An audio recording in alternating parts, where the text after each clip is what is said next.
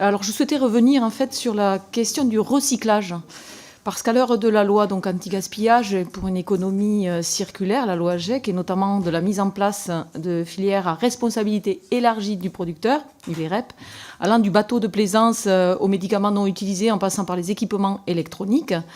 Donc qu'en est-il aujourd'hui de la responsabilité des producteurs d'armement ?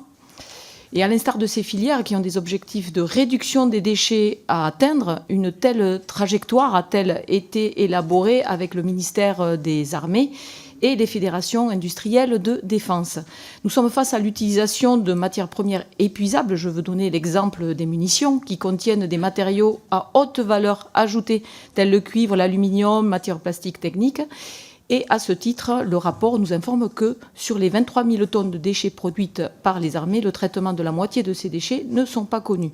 Donc vous avez répondu pour une part à ce point, mais voilà, je vous remercie quand même par avance pour vos réponses. Pour Madame Ferrer, sur la responsabilité élargie du producteur, donc on en a déjà parlé tout à l'heure.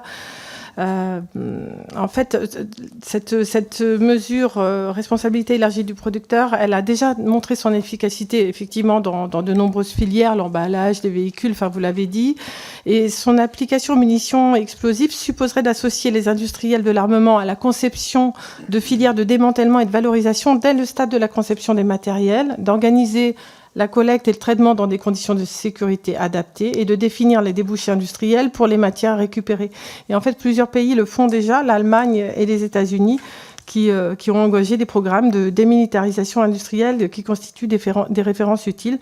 Donc voilà, il s'agit effectivement que nous aussi, nous nous y mettions, parce qu'il y a plus qu'urgence, et on pourrait effectivement récupérer des matières précieuses. Et voilà, il faut développer la filière du recyclage.